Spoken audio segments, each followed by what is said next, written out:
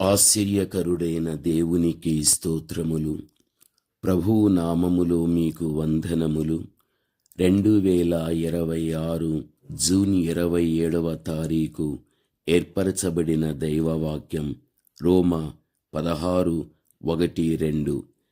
కెంక్రేయలో ఉన్న సంఘ పరిచారకురాలగు ఫీబే అను మన సహోదరిని పరిశుద్ధులకు తగినట్లుగా ప్రభువునందు చేర్చుకుని, ఆమెకు మీ వలన కావలసినది ఏదైనా ఉన్న ఎడల సహాయం చేయవలెనని ఆమెను గూర్చి మీకు సిఫారసు చేయుచున్నాను.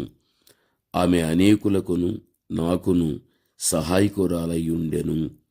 ప్రభువునందు ప్రియమైన వార్లారా, సంఘ పరిచారకురాలగు ఫీబే మనకెక్కడ కనిపిస్తూ ఉన్నది. ఫీబే సంఘానికి గొప్ప పరిచర్య చేసిందని పౌలు గారు ఆమెను గూర్చి మంచి సాక్ష్యం చెప్పడము చూస్తున్నాము. సంఘములో అనేకమైన పనులు చేయవలసి ఉంటుంది. అందరూ పరిచర్యలు చేయలేరు. ప్రభువుని ప్రేమించిన వారే సంఘ పరిచర్య చేయగలరు. దేవుని సంఘాభివృద్ధికి ఏ పరిచర్య చేసినా వారు బహుగా దేవుని దీవెనలు పొందుకోవడం అన్నది జరగగలుగుతుంది. శారీరక పరిచర్య, ఆత్మీయ పరిచర్య కూడా చేయవలసి వస్తుంది. దైవజనులకు ఆతిథ్యం ఇవ్వడం, వారికి సహాయం చేయడం, సంఘములో విశ్వాసులు, అల్ప విశ్వాసులు కూడా ఉంటారు. అట్టి వారికి వాక్యాన్ని ఉపదేశించడం, వారిని సమకూర్చి ప్రార్థించడం, ధైర్యపరచడం, సంఘ ఆవరణ పరిశుభ్రతను చూచుకొనుట మొదలగు పరిచర్యలు ఎన్నో మనకు కనిపిస్తూ ఉంటాయి. ఇట్టి దైవ కార్యాలు ఎన్నో చేసి ఫీబే సంఘములో మంచి పేరు తెచ్చుకోగలిగారు. ప్రభువునందు ప్రియమైనటువంటి వారలారా, దేవుని యొక్క బిడలైన మన జీవితములో కూడా నీవు ఏ సంఘానికి వెళ్ళుతున్నావో ఆ సంఘ విషయములో కూడా బాధ్యత కలిగిన వ్యక్తిగా, బాధ్యత కలిగినటువంటి నీవు బాధ్యతతో పనిచేసేటువంటి రీతిగా నీవు ఉండాలి. ఎందుకంటే ఈ రోజున సంఘ పరిచర్యలో పాల్గొనక ఎంతోమంది దొంగచాటును వెళ్ళిపోతూ ఉంటారు, ఏం పని చేయవలసి వస్తుందో అని. అలాంటి వారు దేవుని దీవెనలకు దూరమైపోతూ ఉంటారు. కొంతమంది ఏ పని ఉందా అని వెతుకుతూ ఆ పని చేసి ఆశీర్వాదాలకు దగ్గరవుతూ ఉంటారు. ప్రభువునందు ఈ రోజున మనం గ్రహించవలసినది, సంఘ పరిచారకురాలగు ఫీబే ఎంతగా ఆమె శ్రమ తీసుకొనుచుంటున్నదో మనము చూడగలం. ఈమె ఎవరో కాదు, ఈమె పరిశుద్ధురాలు.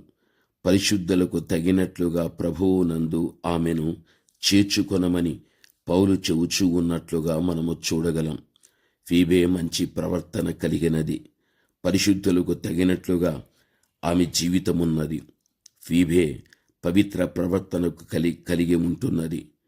ఈరోజు దేవుని యొక్క బిడలైన మన జీవితంలో కూడా మనము ఆమె లాంటి ప్రత్యేకమైన మంచి ప్రవర్తన కలిగిన జీవితాన్ని మనము కూడా జీవించే వ్యక్తులుగా మనం ఉండాలి. వాక్య భాగములో చూస్తే సహాయాన్ని పొందుటకు ఫీబే ఇక్కడ అర్హురాలుగా కనిపిస్తున్నది.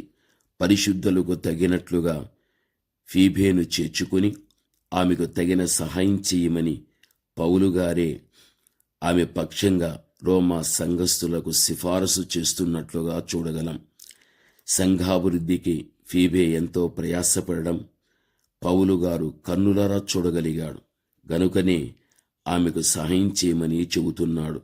ఈనాడు సంఘాలలో ఫీబే లాంటి నమ్మకస్తులు చాలా తక్కువగా కనిపిస్తూ ఉంటారు.